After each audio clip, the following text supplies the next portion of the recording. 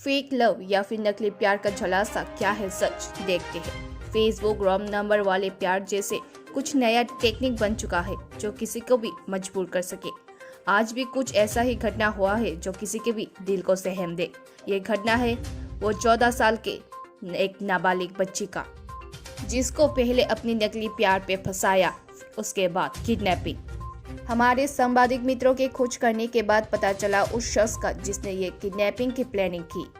प्रसन्नजीत सरकार ये है वो शख्स जिसका उम्र दूसरे से वाकई कम हो, लेकिन अपने शातिर दिमाग से बड़े को भी मात दे।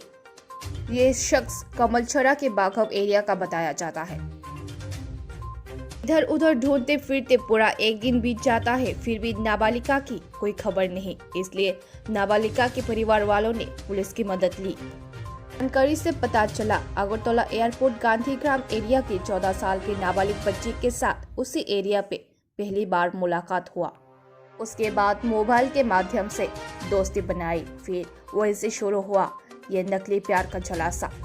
अपने झूठे प्यार का इस्तेमाल करके अपने प्लेन को मुकाम पे पहुंचाने के लिए 26 दिसंबर रविवार के दिन उसी नाबालिगा लड़की को मिलने के लिए बुलाया, फिर जबरदस्ती किडनैपिंग पे उतर आया।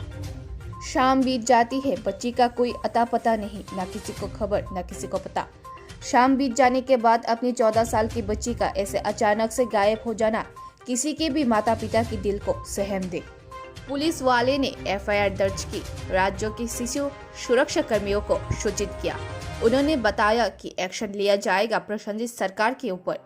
आज शाम के अंदर नाबालिका को लेके अपने आप को सरेंडर ना किया तो लीगली एक्शन लिया जाएगा।